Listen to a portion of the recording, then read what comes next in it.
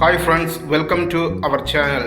நாம் இன்றைக்கி இந்த வீடியோவில் எதை பற்றி பார்க்க போகிறோன்னா, கத்திரிக்காய் சம்மந்தி எப்படி பண்ணுறதுன்னு தான் இந்த வீடியோவில் பார்க்க போகிறோம். சரிங்களா? வாங்க முதல்ல அதுக்கு தேவையான பொருட்களை பார்க்கலாம். அதுக்கு தேவையான 2 வத்தல் மிளகாய் எடுத்துக்கோங்க. அதுக்கப்புறமா பார்த்திங்கன்னா 4 சின்ன உள்ளி எடுத்துக்கோங்க. அதுக்கப்புறமா பார்த்திங்கன்னா ஒரு சின்ன கத்திரிக்காய் எடுத்துக்கோங்க. அதுக்கப்புறமா பார்த்திங்கன்னா கொஞ்சோண்டு புளி, அப்புறமா பார்த்திங்கன்னா கொஞ்சோண்டு ஜீரகம், அதுக்கப்புறமா பார்த்திங்கன்னா தேவைக்கேற்ப உப்பு. சரிங்களா? முதல்ல என்ன பண்ணணும்னு சொன்னால், இந்த கத்திரிக்காயை தீயில போட்டு என்ன பண்ணணும், சுட வைக்கணும். சரிங்களா? இந்த கத்திரிக்காயும் சின்ன உள்ளியும் இந்த அடுப்பில் இருக்க தீயில போட்டு முதல்ல சுட வைப்போம். இது பார்த்திங்கன்னா ஒரு 10 நிமிஷம் கழிஞ்ச அப்புறம் தான் இதை எடுக்கணும். அப்போ தான் இது பார்த்திங்கன்னா இந்த கத்திரிக்காய் வேகும். சரியா? நம்ம இப்போ தீரை போட்டு மூடுவோம். ஒரு 10 நிமிஷம் கழிஞ்சதுக்கு அப்புறமா இதை பார்க்கலாம். சரிங்களா? ஓகே, இப்போ தீரை போட்டு மூடியாச்சு.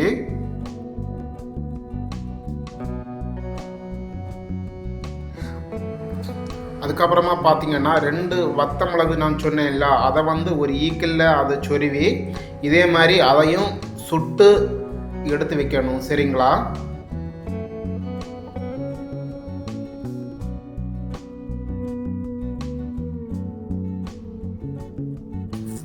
இப்போ பார்த்திங்கன்னா வத்த மிளகாய் சுட்டு எடுத்து வச்சுட்டோம். சரிங்களா? ஓகே, நம்ம இப்போ 10 நிமிஷம் ஆகிடுச்சு. இப்போ நம்ம பார்த்திங்கன்னா இந்த ஏற்கனவே அடுப்பில் இட்டுருக்கோம்ல, அந்த கத்திரிக்காயும் உள்ளியையும் நாம் இப்போ எடுத்துக்கலாம். பாருங்கள் எப்படி இருக்குன்னு. நம்ம ஒரு வாட்டி செக் பண்ணணும். அது எடுக்க முன்னாடி பார்த்திங்கன்னா அதை ஒரு வாட்டி நீங்கள் ப்ரெஸ் பண்ணி பார்க்கணும். அது ப்ரெஸ் ஆச்சுன்னா தான் எடுக்கணும். சரிங்களா? ஓகே, நான் செக் பண்ணி பார்த்தேன், சரியாக தான் இருக்குது. ஸோ அதை நம்ம இப்போ எல்லாத்தையுமே ஒரு தட்டில் எடுத்து வைக்கணும். சரிங்களா? இதை என்ன பண்ணுங்கன்னா, தண்ணியில் அதை மேலே லேசாக என்னென்னு சொல்கிறதுன்னா, அது குப்பை மாதிரி இருக்கும் தானே, அந்த குப்பையெல்லாம் அந்த வெள்ளத்தில் போட்டு அலசணும். சரிங்களா?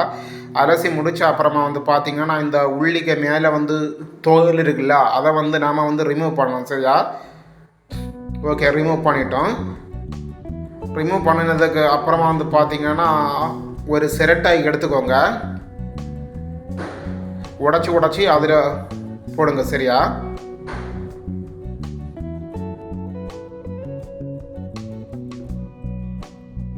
இதே போல தான் இந்த கத்திரிக்காயில் மேலே உள்ள தோலை நம்ம உரித்து எடுத்துடணும். சரிங்களா? கொண்டையை பிச்சுக்கோங்க. பிச்சை முடியலனாலும் பரவாயில்ல, நம்ம பியாத்தி எடுத்து அதை வெட்டிக்கோங்க. சரிங்களா?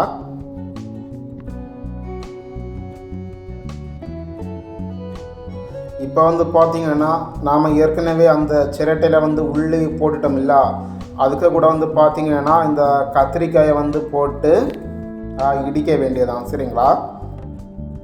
ஓகே, ரெண்டையும் போட்டாச்சு.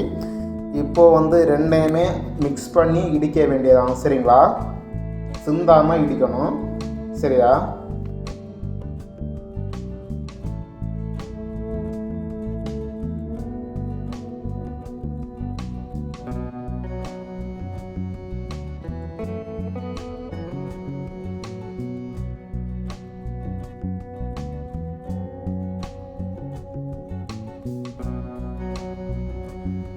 இது இடித்து முடித்த அப்புறமா பார்த்திங்கன்னா ஒரு தட்டில் இதை அள்ளி வச்சுக்கோங்க.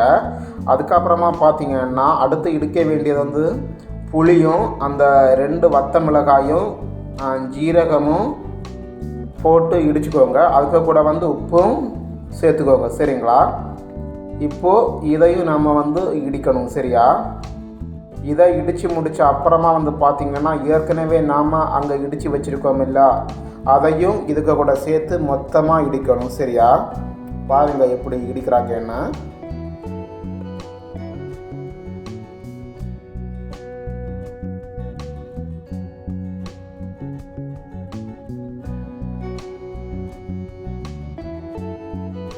இப்போ பார்த்திங்கன்னா இது இடித்தாச்சு. இதுக்கு கூட அங்கே ஏற்கனவே நம்ம இடித்து வச்சுருக்க அந்த உள்ளியும் கத்திரிக்காயும் இதுக்கு கூட இப்போ நம்ம சேர்க்கலாம். சேர்த்து நாம் இப்போ மொத்தமாக இதையும் இடிக்கலாம். சரியா? இந்த சம்மந்தி வந்து பார்த்திங்கன்னா டேஸ்ட் வந்து வேறு லெவலில் இருக்கும், ரொம்பவே சூப்பராக இருக்கும். நீங்கள் வேணும்னா வீட்டில் ஒரு வாட்டி இது வந்து நீங்கள் ட்ரை பண்ணி பார்த்து பாருங்கள். சரியா? நம்ம வீட்டில் எந்த ஒரு கூட்டுமே இல்லாத பட்சத்தில் நம்ம இதை கூட செஞ்சு இதுக்கு கூட வந்து நம்ம சோறு வடித்து சாப்பிட்டுக்கலாம். சரியா? டேஸ்ட் வந்து வேறு லெவலில் இருக்கும், ரொம்பவே சூப்பராக இருக்கும். சரிங்களா? இதை வந்து நீங்களும் ட்ரை பண்ணி பாருங்கள். இந்த வீடியோ உங்களுக்கு பிடிச்சிருந்துன்னா மறக்காமல் லைக் பண்ணுங்கள் மற்றும் கமெண்ட் பண்ணுங்கள் மற்றும் ஷேர் பண்ணுங்கள். நன்றி.